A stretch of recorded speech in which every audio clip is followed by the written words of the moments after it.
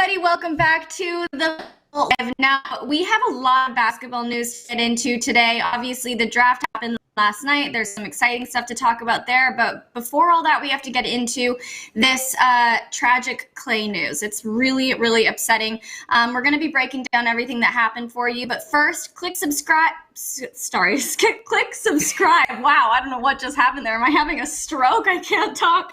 Tap the bell for notifications. Give this video a thumbs up and leave a comment below. Here's the Fumble Squad. I'm Devin Howard. You can find me on Instagram as @DevinHoward.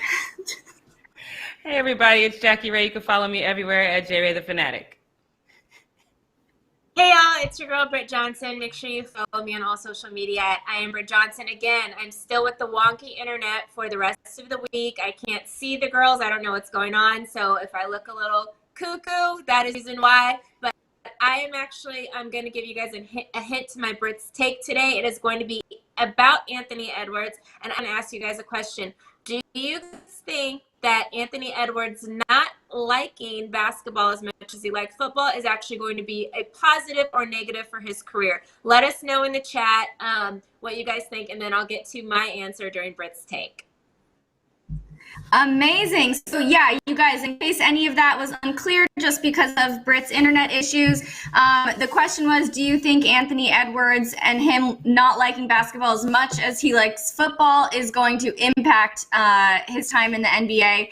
So type in your answers in the chat. We'll be watching. We'll be looking out for them. All right. On that note, you guys, let's jump right in with this Clay news. This is so devastating. Like, I feel for Clay so deeply here. He suffered an injury to his lower leg yesterday, and at the time it looked like it could be a season-ending injury. Now we've just learned that it is a season-ending injury. This obviously is so sad because he's been out for 17 months, missed all of last season after suffering a torn ACL during Game 6 of the NBA Finals last year. Now his other leg has been hit with a stroke of bad luck, and he has a torn Achilles. He went through an MRI this morning. It happened during a group workout in Los Angeles yesterday, just hours before the draft happened. That news started spreading around. The Warriors were in a position to make a major comeback. They had Steph ready to go. Clay was healthy. He was in tip-top shape. They also were able to add James Wiseman to their roster with the second overall pick. So they were in a really good position, but now Clay's new injury poses another setback for the team. I don't know. I feel really bad for him. And a lot of athletes were sending their love and support to him over Twitter. I know Steph shouted him out on his Instagram story, but there's really not much you can say to make any of this better for him. He was excited to come back. He was a little over a month away from making his NBA debut. So it's sad. So Britt, going to you for my first question, do you think that the Warriors can still be a contending team even if Clay is out of season?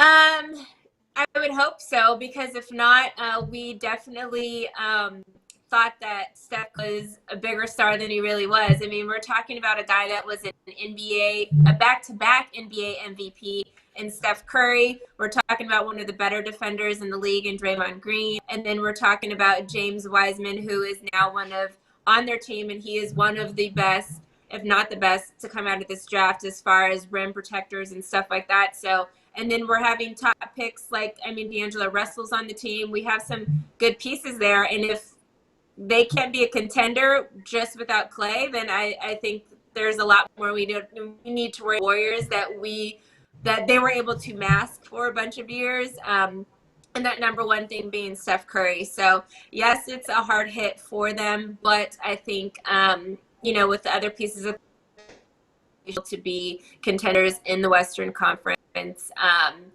And, obviously, again, prayers to Clay. This honestly is very reminiscent of the John Wall situation, because John Wall originally got hurt in December 29th, 2018. And then a month and a half later, he actually gets an infection to his injury and then ruptures his Achilles in the process, and then gets longer and longer, and now we're going up on 2 years since we've seen him play. And, you know, those injuries and those overcompensations, which me and Jackie, I think, talk about very huge in this league. It is the reason why, you know, Derrick Rose never kind of jumped back to the player we thought. John Wall was a #1 overall pick. You know, it is a reason why we haven't seen him play in 2 years.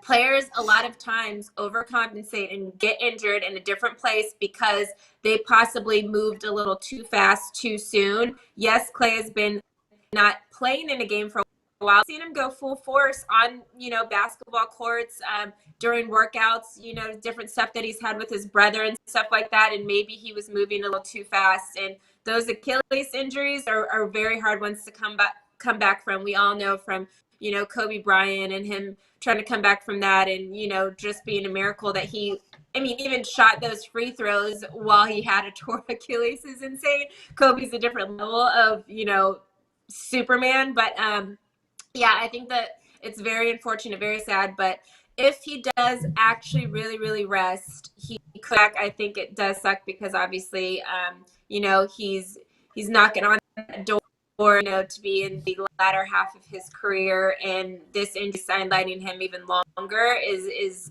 going to be very hard for him to come back from.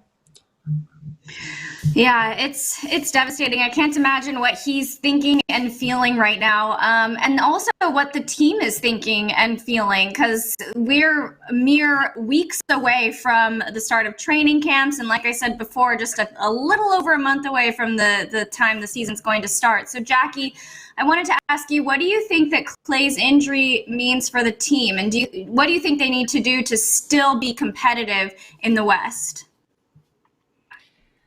I mean, like I agree with Britt. I don't think they have to do a lot. If everyone is healthy, I think the problem that you do run into, and like Britt just said, you have to rehab your mental. You can't just rehab your physical. And believe it or not, I think this injury to Clay is going to be that aha moment to maybe a Steph, like, okay, because it is the other leg, you know, and that's what happens a lot. You are so worried about one leg that you end up re-injuring the other leg.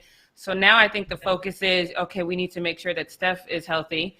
D'Angelo's over there too, and I think it's fine. I think my biggest concern was, you know, their rookie, because I said yesterday that Clay and Steph are going to rally around him and make him our favorite monster, you know what I mean? But now you really have to worry about Clay's mental, because you're 30 years old. You are at the tail end of your career. This is your second back-to-back injury. Team kind of has to rally around him a little bit, make him feel like, okay, you can come back from this, but at the same time, like Britt said, you can't make him come back too soon, because you don't want a KD situation where he comes back, he's in the game for a second, and then we can visually see it. That's the worst thing to see, you know? So I don't think they have to do much except for stay healthy. But staying healthy sometimes, especially when you're in a shortened season, when you're coming back extremely quick. Now, they have had this rest, but Britt said last week, she says a body at rest sometimes stays at rest. You're not in basketball shape. So if they can stay healthy, then I think they're fine. They don't have to do much. This is a team that plays very, very well together. They lift each other up very well. They don't have to do much except for stay healthy. But I think that the situation we're going into with no preseason, the shortened schedule, and everything kind of is just in disarray with the short training camp and things of that nature. Now staying healthy is a little bit harder. So I think that's all they really have to do, though, is stay healthy, and then they'll have a good shot as well. But now it's, you know, the morale of the team needs to be addressed, because this was their moment. Like, we're coming back healthy. This is our time. You have to address that morale of the team. And hopefully Clay will still come around and still be a part of that, which I know he probably would. But his mental, he feels some type of way. I can tell you that for sure. He feels some type of way. Definitely. Just for this to happen so close to the season starts just makes it even worse. Do you guys feel that this will change the Warriors' free agency plans, or do you think that they're just going to keep doing what they planned on doing all along? Jackie, let's start with you.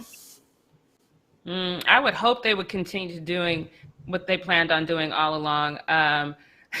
Just because, you know, Arthur and I, our producer, we were texting yesterday, and we're like, I don't know anybody. I know tons of people who can't stand the Warriors. I don't know one person who can't stand Clay. And so to know that now he's going through this mental hang up that we know he's going through, if the team all of a sudden decides to say, hey, let's start getting some some people in here in case we don't expect Clay back. I understand that's business. I understand that might be what's best for the team.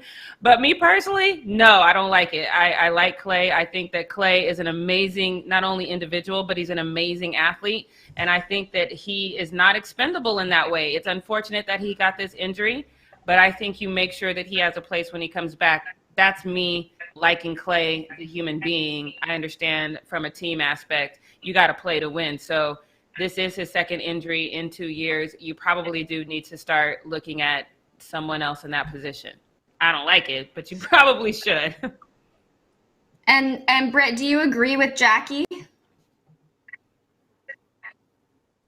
Yeah, I think obviously Warriors, they're the love that people have for the Warriors is because they are a mostly draft built team. Like those players on that team have come from drafts or from trade situations. They don't really come from free agency. Not include the stint that Kevin Durant was on the team, but usually that team is very, they draft their players, they keep their players. Clay and Steph were both from there. Now James Bean, and it's still Mark Jackson's team. Still, I'm never going to say. I honestly don't know if Kerr is very good at trying to find other pieces and putting there, especially a star like Clay. I don't think he's going to be good at trying to replace Klay Thompson. Maybe you get another younger guy in there that's going to end up developing into a good player, but I don't see them like trying to necessarily replace Clay. I think it's just going to be like, okay, well, what do we need for this year? And it'll be like, some bench guys, some guys we probably don't even really know their names that kind of will, be transitioning into that spot.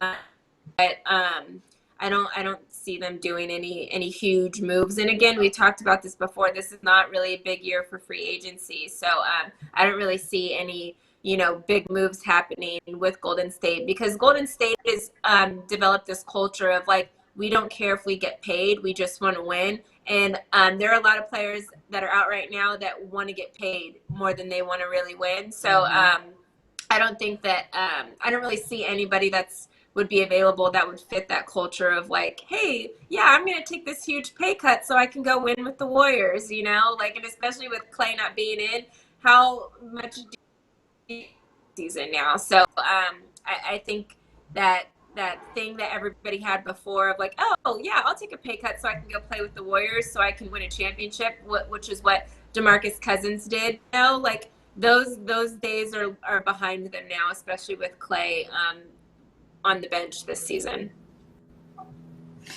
Yeah, that's very true. Okay, well, we're running out of time, so let's get into the draft news here. Obviously, we did our mock draft yesterday. I don't know why I can't talk today. I am struggling. What is wrong with me? So cute, though. Geez, Anthony Edwards. It's so weird.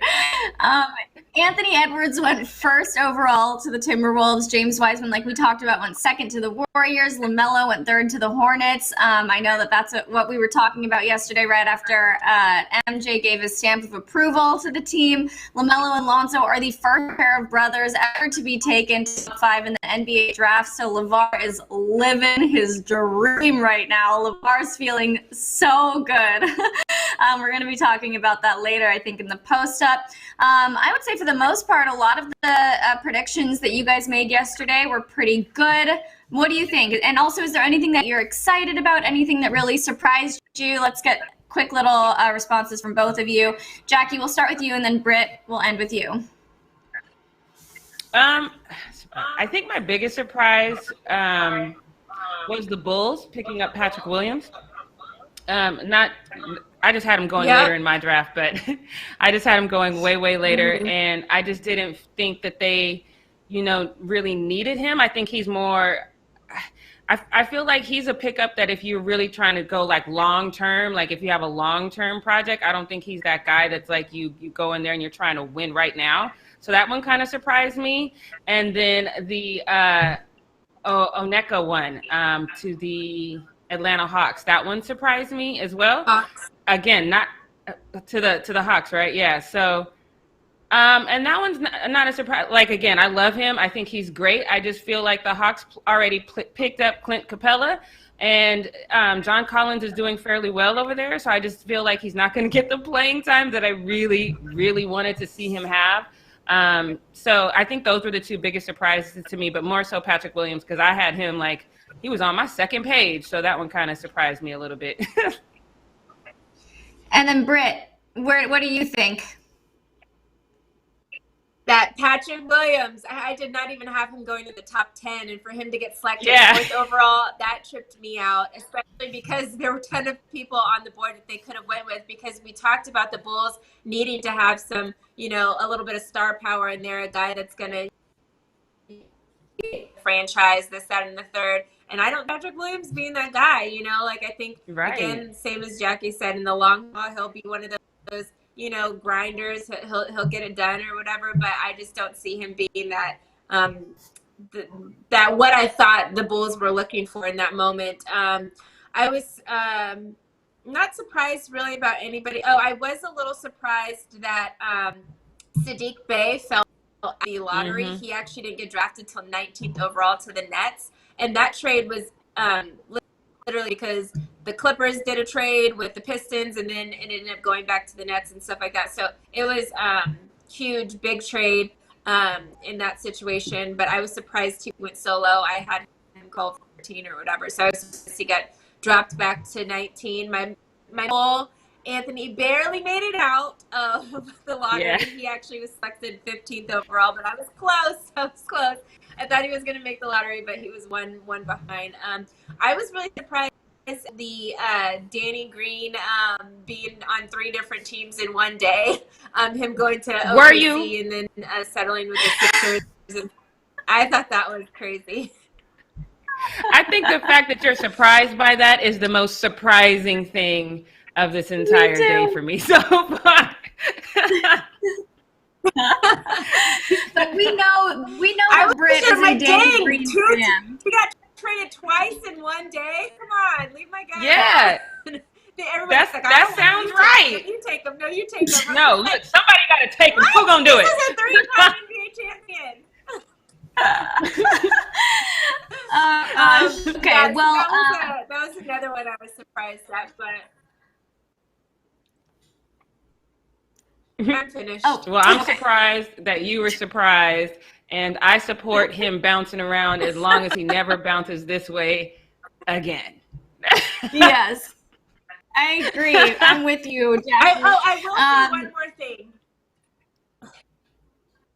I am surprised that my Clippers, because of that 19th overall pick trade that we did, we got rid of Landry Shamet. I was really sad about that. I love him as a player, and I just love. I always, instead of saying like, "Gosh, damn it," I always say, "Gosh, damn it." So now I can't even say that anymore. He's not. But I was sad we lost him because I think he's like a good little guy off the bench, and I really liked how he's developed over the last couple of years with the Clippers.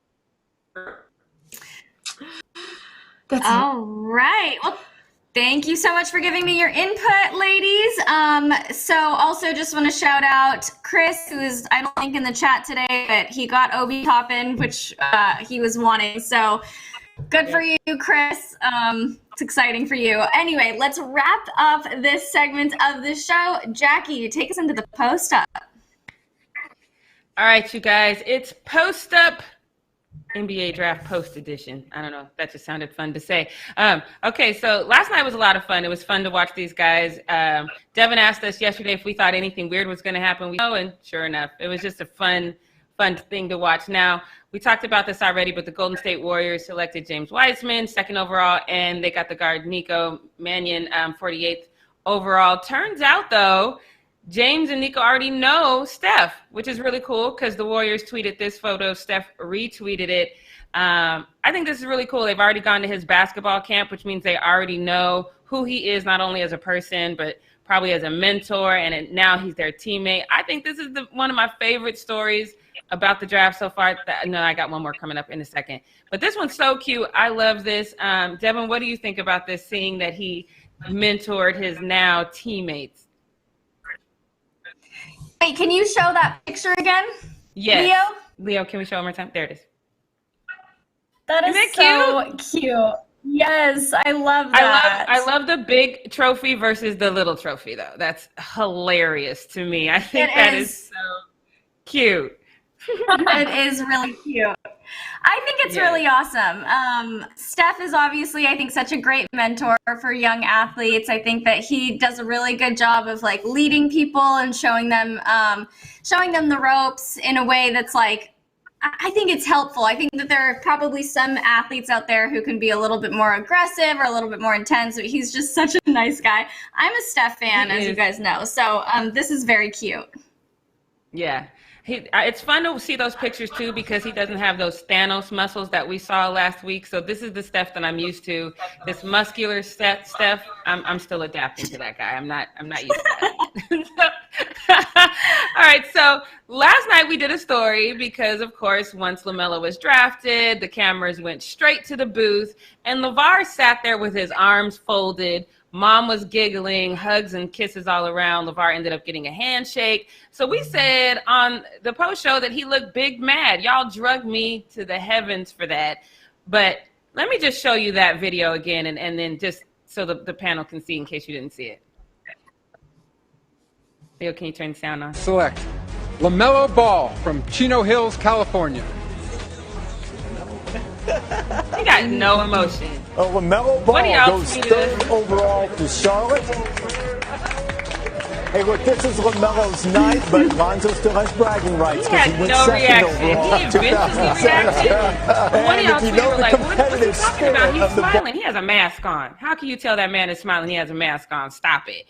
Some people just really kind of drug me. They said I should be ashamed of myself as a black woman for dragging a black man. But first of all, that's ridiculous. Y'all act like Kanye West and Lil Wayne don't exist in this world. We can do crazy stuff too. That's number one. Number two, I always have said that LaVar Ball's plan was perfect. The execution was flawed, and I'm going to stick by that. But we did also post on our Instagram. We gave him a lot of props because he has raised 2 sons, and he set an NBA record with this, that this is the first time in NBA history that 2 brothers were taken top 5 overall in the NBA draft. That is amazing. That is something that LaVar Ball definitely deserves a round of applause for. I don't think any of us are going to take that away from LaVar Ball. But then this happens. He has this moment and he posts this picture where he says, I told you so. And I started to comment on this, but I was like, no, because every time I comment on stuff, I get dragged. But I didn't have to because Twitter did it for me. So people were so unmoved by this because I was like, what exactly did you tell us? This one said, no, you said he would go number 1 and you said the Lakers will never win a championship without Lonzo. 0 for 2, buddy.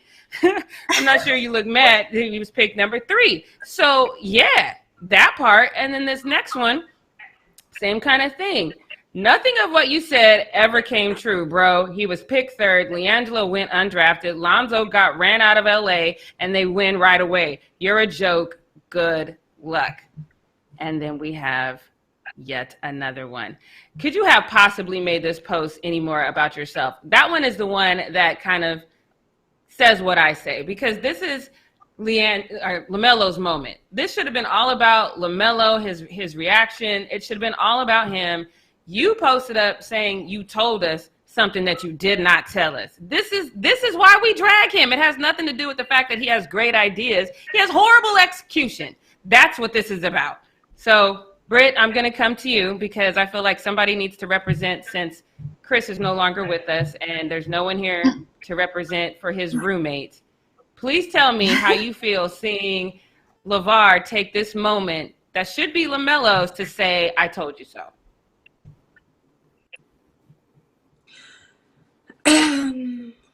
Okay, I will say, congratulations. You did a good job, Dad. I recently did, if you guys haven't checked out, I did a Evergreens, or you guys don't know what Evergreen is. I did a story on the Fumble, our Sundays, when we post some stories on there. And one of them was NBA about the, best brothers in the NBA. And my question was, will, LaMelo and Lonzo become the best brother duo, you know, and I talked about, you know, the Gasol brothers, who both have, you know, won championships and been all-stars and this, that, and the third. In that case, both, neither of them were taken, you know, in that situation that high. You talk about, you know, like even Steph was taken in the top 5, you know, like we have all of these other brothers that ended up being great in the league. Not the greatest, but you have the Lopez twins and the Morris twins and stuff like that. And to have this situation happen, it is like, wow, we're going to see something great in the future, because we've seen all other brothers do. They haven't been able to do this thing that, you know, the brothers have been able to do. And then go to a point, you know, in their future and be as great as they are. But to your point, Lavar, like you did do what you said. You did tell everybody so. You had a son go 2nd overall, and you had a son go 3rd overall. That is, but just let your son have this moment. You know, like you don't need to like say less here. You know, like you don't have to tell us. You told us so. We already know what you said, and we already know what just happened. They could have waited, you know, a little bit, and really you should wait a little bit, because you don't know what's going to happen. Lonzo taken 2nd overall, and he hasn't, you know, like, and you don't, let's not jinx your youngest son either. You know, let's not have that moment happen. Yes, Lonzo's still young. He still has a ton of time to develop as a player or whatnot, but he has played a lot better since he's been with the Pelicans. But I think we need to pump our brakes a little bit and just let your son have his moment, say what he has to say. If LaMelo wants to come in and be like, you guys, my dad, he told y'all so, he said this, that, let him do that. Don't pat yourself on the back in this moment. Right. Because we all know what you said. We don't need you to. Yeah. So congratulations, Lavar, for LaMelo being drafted. I feel like that's what he needs to hear. That's fine. So congratulations, Lavar. But this next one is definitely one of my favorite in the post up today, because Cole Anthony is living his best life in this draft. It was so fun to watch him. He had a frustrating year because he actually got hurt and he only got to play 3 games, you know, before his injury, but he still got drafted to the Orlando Magic 15th overall. So I'm excited for him. But he had this moment with his family that I want you guys to check out, because it was so cute, because every single interview he had, he was fighting back tears. And this one is just a really cute moment. I can't wait to just get out there and play. I'm so passionate about the sport, the game. This is the best moment of my life right here. There's nothing comparing to this moment right here. You may be birthed, but this is the absolute best moment of my life. I love how he said maybe birth compares to this moment. I thought that was so cute. He also had this moment where I was surprised, and I guess I'm going to have to go back and do some research, but Spike Lee, all in the video. I thought that was super dope as well. So he was just out there, you know, happy and just really excited about this moment, which I thought was really cute. But if you guys have never played competitive sports, which I know a lot of you in the chat haven't, then you guys know one of the best things when you kind of know you got that love is when you and your teammates can talk trash about each other, clown each other, and it's still all love. It's just the best thing in the world. And Mo Bamba is out here doing that already before he even gets to the airport. He says, Cole, once you stop crying, I'll pick you up from the airport. Let's work. I love that. That just shows that he's excited for him to be there. This is all love. I love this moment for Cole. Devin, did you see this moment? What did you think? Oh, I thought it was so cute. I did see it. I loved it. Love everything about it. Yeah, he just seems like a really good guy. I think he's going to do really, really well. I love to see that his teammates are already ready for him to get to the airport. I'm excited for this one. And this is not a draft situation, but this is definitely a trade situation, because we've talked about this as well. So I want to get your ladies' thoughts on this one. But Chris Paul is already practicing with Booker. I want you guys to take a look at this video. It's not like anything crazy. It's just this video of them working out, which I actually really, really love, because this is what you need to see. Because I think that what we know of Booker so far is going to get way worse. I think he just instantly got better from this one practice. because we know who Chris Paul is. We know the years of experience he brings. Britt, what do you think? Do you think that Chris is really going to help his game a lot? Can you repeat the question? Do you think that Chris Paul is really going to help Booker's game a lot? Oh, for sure. Like, I talked about it yesterday about how Chris Paul is, one of the,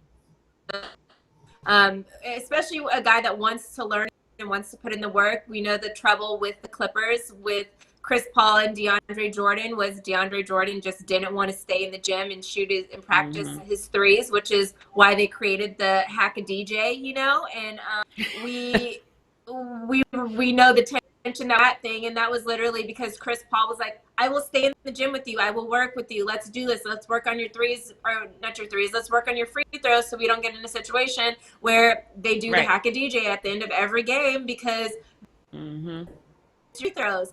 This is like a perfect situation here because D-Book wants to put in the work and Chris Paul will stay there. Even if it's not something he needs to work on, he's going to be in the gym. I am not surprised to see that they were already working out together just after a day of, joining forces, a day and a half of joining forces or whatever. I'm not surprised at all. I, from the beginning, said this was going to be such a great matchup with each other, and I'm excited to see what they do. I know they drafted Jalen Smith, which I think is another that's like ready to put in the work and get it done. And this team's is gonna be great with Chris Paul leading it because it's a bunch of young guys. Booker, Smith were all very young guys drafted in the last 4 or 5 years or whatever, and they were top 10 picks and stuff like that. DeAndre Ayton being number 1. And I think just having Chris Paul come into this situation of a bunch of young guys that are ready and hungry and stuff like that is literally a perfect marriage. Yeah, I agree. I'm excited for this one. We're going to move into this next one because I cannot believe that we are just a week away from Thanksgiving. I haven't even thought about what I'm going to do. This is supposed to be the year that I cook, and literally I'm having a moment right now because I haven't even thought about that. But Kyrie has, because he actually went to his hometown. I love this photo of Kyrie. Kyrie is out here doing his thing. He's giving back. He hosted a Thanksgiving giveaway. He's just actually getting out there, making sure he can feed the people, doing what he does. I love this. Of course, you guys, I did what I always do. I went to Twitter to see what people would say, and I'm not going to show y'all none of it because the shade was ridiculous because people were saying, this is him learning how to give away the ball. This is him learning that he's not needed, so he's trying to be needed. It was ridiculous. Y'all be tripping because I think the truth of the matter is y'all forget this is not an odd picture. This is who Kyrie is. So I went and I found this tweet instead to remind you guys of what Kyrie has done this season alone, which is crazy that it's just this season, but he's donated $323,000 and $250,000 in meals to New York City residents who were struggling because of COVID-19. He donated $200,000 to Beyond Burgers, again, for the food banks out there. He started a $1.5 million fund to support WNBA players because we know they don't get paid as much as NBA players. He produced a Justice for Breonna Taylor TV show and donated 50,000 COVID-19 masks. So y'all are tripping. If anything, this should show that he'd be fine on a team with James Harden and KD because he's a giving guy. I don't know if I'm going to go that far, but I'm saying his giving should show you that that's who he is. And I love Kyrie has always been that giving guy, regardless of what I think about how he pouted on the sidelines at one time, or maybe he's not, that guy who's ready to be Robin. He's always going to get the gold star from me because he's always had a giving heart. So we just going to stay with the spirit of Thanksgiving and give that man his props on doing what he does. And we can go into the shade now because I'm from Colorado where Columbine happened. So this picture looks troubling to me, but that's all I'm going to say. I'm just going to show you Justin Herbert's new haircut, and then I'm going to open this up to the whole panel. What do y'all see? Tell me what you see. Let me just open it up to the panel. Devin, let's go to you first because I'm from Colorado. This is a troubling photo to me. Oh, so I wasn't thinking about Colorado, but to me the haircut looks like cartoonish almost. I don't like know Bart why it looks Simpson. like yeah, like a cartoon character. So that was my initial reaction. Okay, that's much better than what I was thinking. Britt, are you able to see the photo? I looked at it on our rundown, so I can see it on the rundown. Yes. Okay. All right, cool. So what did you think of the And photo?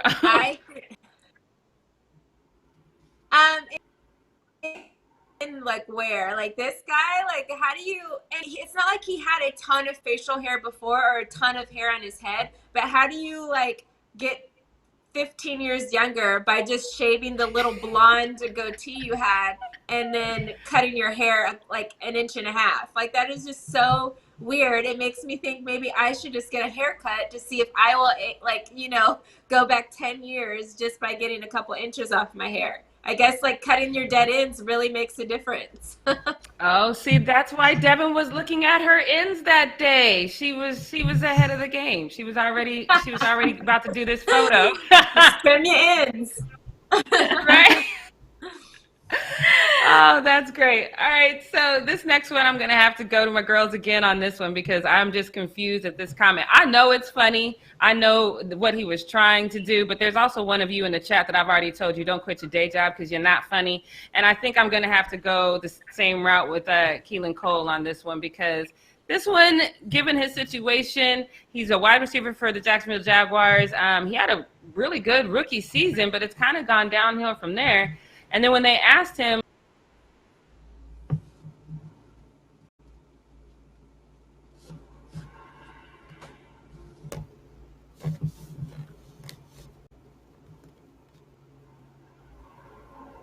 I totally got kicked out. What the hell just happened? Oh, wait. I thought you just froze, and before I end up saying anything, I always just try and wait a little bit, but then I saw myself on screen. So, Jackie, we missed everything you said. Okay. I don't know what's happened. That's just so weird. Okay, so look. So this guy, we're going to get into this one. I'm going to go back to the ladies again on this one and see what your opinion is on this one. This is from Keelan Cole. He's the wide receiver for the Jacksonville Jaguars. He had a really good rookie season, and then things kind of went downhill from there for him. But then he tried to make this joke when they asked him if he thought he was going to see himself in Jacksonville next season. He tried to be funny. I'm going to say the same thing I said to one of y'all in the chat. Don't quit your day job because you're not funny. But I'm going to see what you guys think. Leo, can you roll that video? Yeah, I like the warm weather. I like being here. I like being a Jaguar. I'd rather be a Jaguar than a Falcon or like a bird or some shit. You know what I'm saying? Even the laugh at the end was just kind of like, haha, good try. Your joke was about as funny as the guy in the chat. But when you only have 42 catches and 3 touchdowns, and you probably wouldn't be a starter on one of those Birds teams, is this the response you give? Britt, It's a little bit. Go ahead, Devin. Wait, I was gonna say it's for sure a cringy response, and yes, that laugh at the end was so awkward. It is a little cringy. Britt, what do you think? Is this a funny response or is this a haha? You should have thought of something else to say. I mean, I because Kawhi Leonard is, my guy on my team. I thought it was a little funny because I try to think it's funny and it wasn't.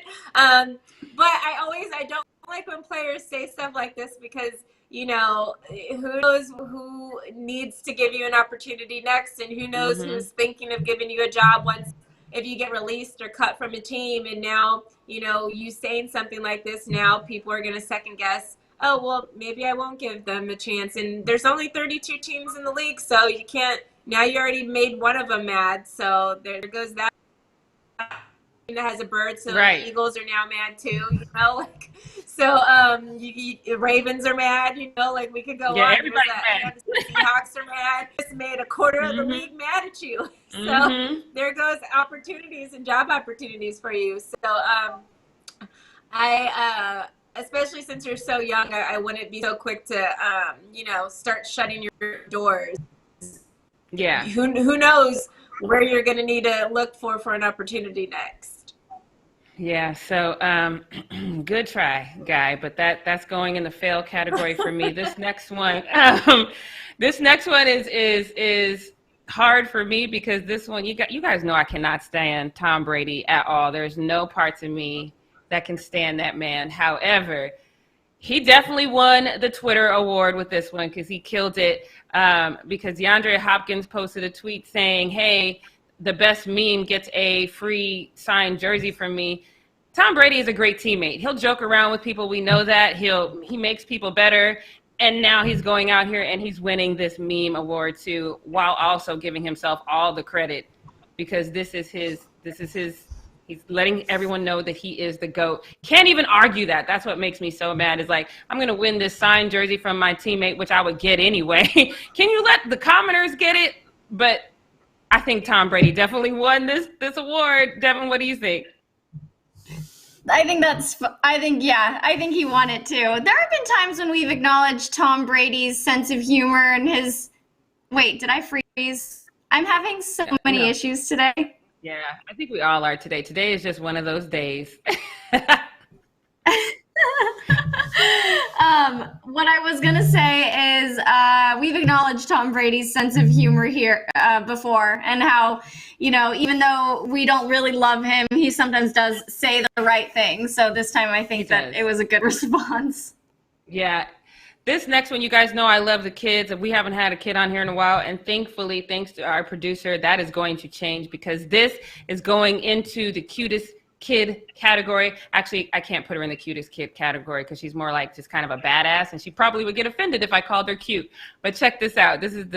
I love her. I'm not going to say cute because I don't want to offend her. But she's killing it. She's only, can you guys see what it says? She's only 6 years old. Keep that in mind. Wow. Oh my gosh. Right. Wait, there's more. Oh, yeah. Okay. Damn. She has to be in the gym with dad because unless mom is just a badass like this too. This probably runs in the family, but that's a lot of weight. I love that the adult, well, not even the adult, but there's an older person behind her that's struggling since she's 6, killing it. Go ahead, Devin. I was gonna say, I am known for being a weakling with my muscle strength, even though I work out regularly, and I struggle doing arm workouts with 2 10-pound dumbbells. And this 6-year-old is tossing up this barbell, has so much strength. I mean, it's shocking to me. I think that's really very impressive, and it makes me feel even worse about my own muscle strength. Yeah, I felt so excited the other day. I actually went to one of those outdoor gyms, and I did like 2 squats with, I think it was like 125 total, and I was like, I'm doing something. It was a whole struggle life, though, but had to be like a 12-year-old came up, and I was like, oh, do you want me to take the weights off? And she was like, no, I got it. And she just I'm like, oh, see, I got to get my whole life together. This is not. She had to do like 10 reps, and I'm over here struggling with my 2. So don't feel bad, Devin. We'll be weak together because that's just. Oh, my goodness. All right, so I'm going to get out of here with Go ahead. I can't co-sign with y'all because I am, I'm pretty strong. I've been lifting and building everything in my apartment all by myself. And like, I keep like wondering, I'm like, wait, what do I need a man for? Because I can handle all this by myself. Like I just got a wine fridge. Love my new wine fridge. Well, it's like, I don't know, like 60, 70 pounds, and it came in a giant box, and I like carried the box up, no problem. And I'm just like, I'm so thanks, but it is from my dad. My dad used to be a bodybuilder, so that maybe that little girl is following in her father's footsteps because I don't look strong, but I actually am very strong. All right, that's good. I'll help y'all. Yeah, I was gonna say maybe you can come with me and Devin because clearly we gonna need that spot. So, all right, so I'm gonna get out of here with what we not gonna do because I hate to bring up old stuff. I do. I think that sometimes you do stupid things when you're a kid. I think we all have. None of us are exempt from that.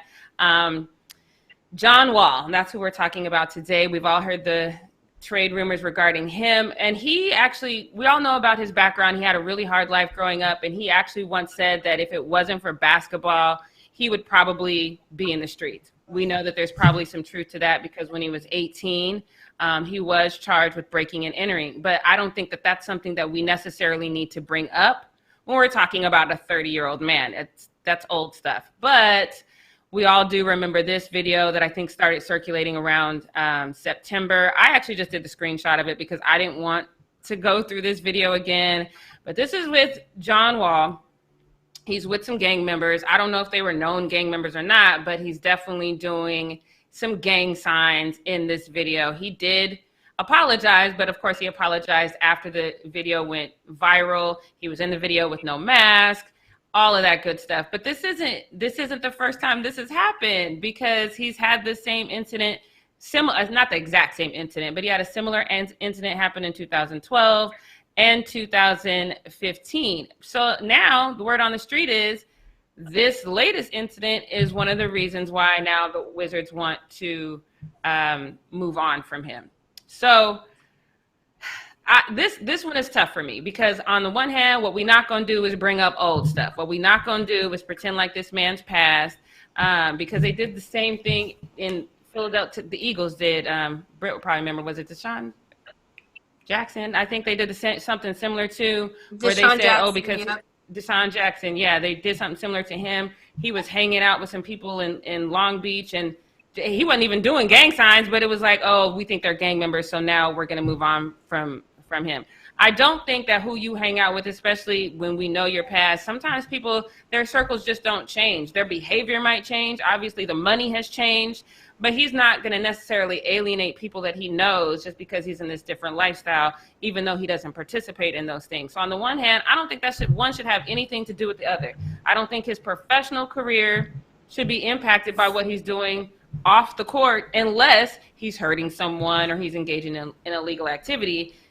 This is unbecoming. I get that, but gang signs aren't hurting anyone per se outside of your image. So on the one hand, I'll say that. On the other hand, how many times you going to keep apologizing for the same thing? Because what we not going to do is pretend like an apology means anything if in a year or 2 years, we're just going to have to apologize for the same thing. So obviously, since this is your third time with this kind of incident, you haven't learned from that.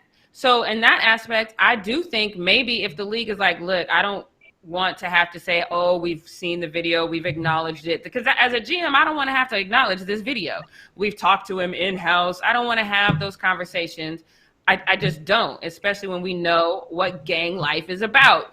Okay, separate yourself from that. And if you don't, be smart enough not to let it end up on social media. It's not that hard. It's not that hard. So I'm on the fence with this one. I don't know if I feel like they should keep him or let him go. But I do feel like if they feel like this is going to happen again, then maybe it is time to move on. So what we're not going to do is make the same apology over and over and over again. Change your ways and be better, especially when you know it impacts your image, which impacts your job. Okay? So that's all I got to say about that. Let me get my girl Devin up here so we can get this wiki together because now it's time for Britt's takes. Britt's takes. All right, guys. So earlier I asked you guys about Anthony Edwards because we do know that basketball is not his first love. Yesterday, an interview came out and he spoke about, you know, his love for football. Football was his first love. He was actually running back in the day, but he had to stop playing football at the junior high level because he had broke his ankle.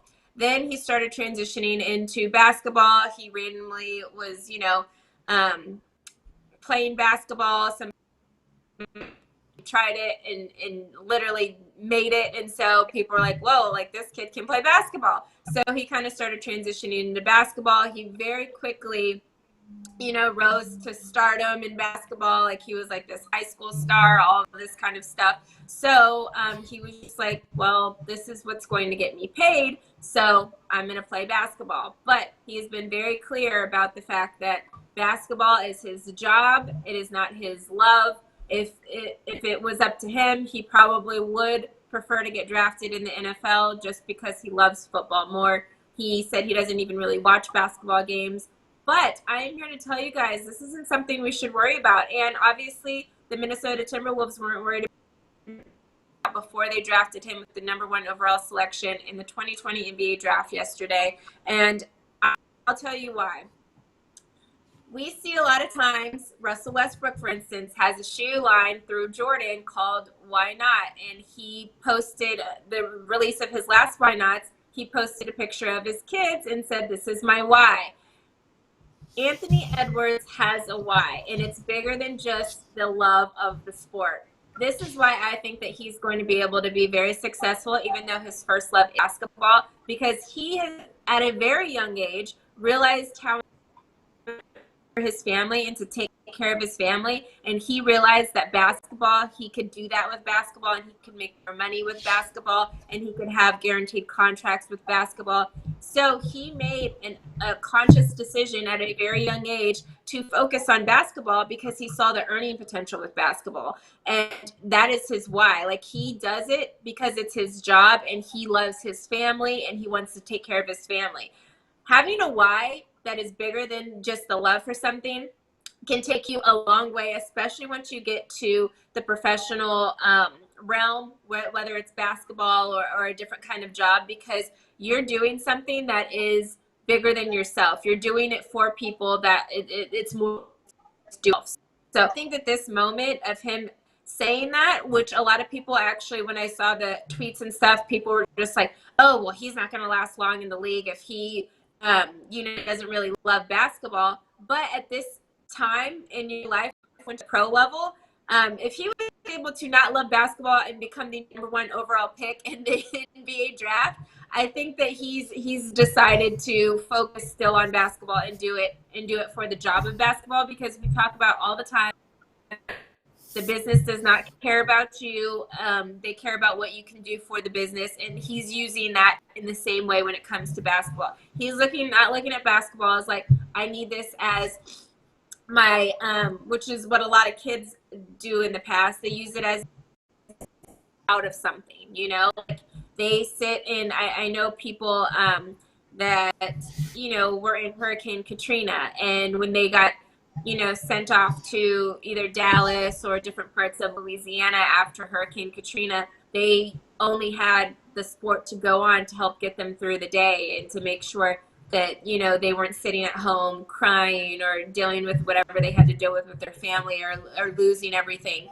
This moment for him was not a moment of, I have to do this just so my thoughts don't take me to a bad place, or John Wall's situation where, he would be on the streets doing this, that, and the third, and he didn't do this. He's doing this because he literally just wants to take care of his family and be a good, provider for his family. And I think that, honestly, once you get to the business level, which is what he is now in the NBA, it is, you have to more than just love the game, because the love of the game is not going to love you back anymore, because now we're dealing with teams and situations and coaches and other players that, are not going to just want to sit there and play basketball with you at 3:00 in the morning with a car, light, shining on the court to make sure you guys can still see. It's a different game now. And because his mental at a young age, 19 years old, is already like that, I think that he can actually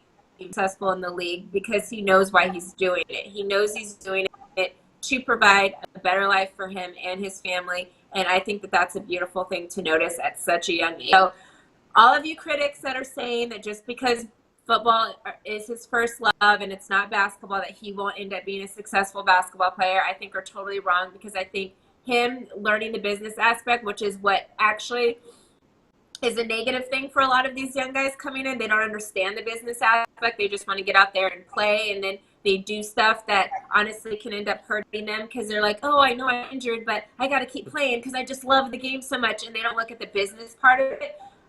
They're going to end up failing. Even guys like Zion, I think Zion really loves basketball, and he doesn't really love the business part of like, well, you need to get in shape and you need to make sure you're at this weight and don't lose money because of this and that and the third. He just wants to be out there playing basketball. And that honestly, I think hurts players more than what Anthony Edwards' focus is. And that is, I'm here for a job. I'm going to do my job. This is the same thing that Jimmy Butler had. And Jimmy Butler said when he went into the bubble, I am here for work. I don't want any family coming in. I don't want this, that, and the third. I'm here for work, and I'm here to verify that attitude got him in that moment. And I think this is the same thing that Anthony Edwards has and is learning at a very young age. Jackie, we have like a minute or so left. I'm going to go to you really quick. What do you think? Do you think his love or his not as great as love for basketball going to be something that negatively affects him? Because we do talk about mental, but do you think this is a good mental outlook on it, or do you think it could be negative for him? No, I mean, the fact of the matter is the man is competitive. You just don't go first round overall if you don't have some sort of competitive spirit. Right. Yeah, maybe he deep down inside he wanted to play football, but that competitive spirit can translate. We know that LeBron played football in high school and then ended up playing basketball for the same reason, because his teammates was like, we will beat you up if you keep playing football. So I think what people are missing with this, and I get it, because the first thing you hear, they're two totally different sports, and especially when he says something like, oh, they can be disrespectful and they can dance and do all that. Yeah, that might trigger you in some way, but I think people miss that it's a competitive spirit. Every single thing I do, somebody asked in the chat if I played high school sports. I did, and there were several times that I got benched because I was just too competitive. You know what I mean? You have to learn how to do that. When you learn how to focus your competitive spirit, it doesn't matter what you do.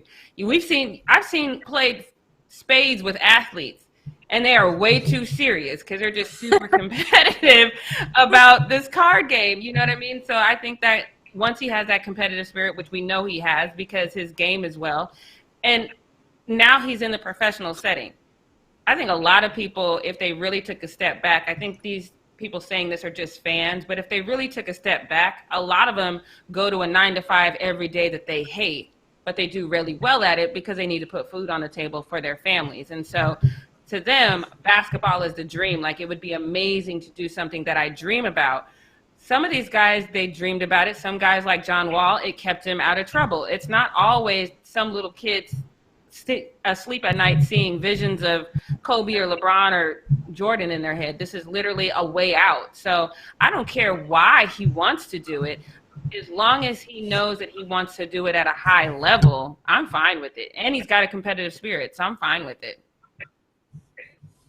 Yeah. And I think the biggest him not wanting to play or wanting to play football over basketball was because he is so competitive. One of the things that he said was, hey, I like football better because you can go out and do what you got to do on the field. You can hit people. You can, do all this stuff. If I try to do stuff like that in basketball, I'm going to get fined. I can't talk how I want to talk. Like on the football field, you're so far away from the fans. You can cuss people out. We've literally done videos about Russell Westbrook or so-and-so getting in trouble because they said something to a fan because the fans are right there, So, and I think I think that competitive drive, honestly, is going to be good on a basketball court. Be a dog. He's going to be a guy like, not a Patrick Beverly in a sense of the talent, because obviously he's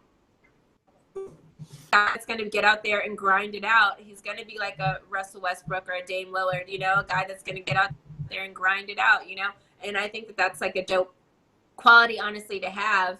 And I remember Drake saying, like, everybody that is a rapper wants to be an athlete, and everybody that's an athlete wants to be a rapper. Just because, like, this is something that I'm doing for a living doesn't mean I don't have any aspirations or dreams other than this moment.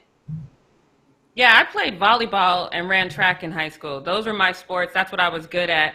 I ended up playing basketball just because I was tall. The coach asked me to play it. I fell in love with basketball because I got to foul people hella hard. So it became my favorite sport because I got to be aggressive. You can fall in love with different sports for different reasons, but I think once you have that sports mindset, you just have that sports mindset. So I wasn't fazed by this at all. I was a little mad at him saying that he can rap better than Dame Dollar, but I wasn't mad with this specific statement. I was okay with that. Oh, Anthony Edwards, rooting for you. We're rooting for you, my guy. I think you're going to have a great career, and I think you have the perfect mindset. Don't listen to the haters. That's it for Britt's take.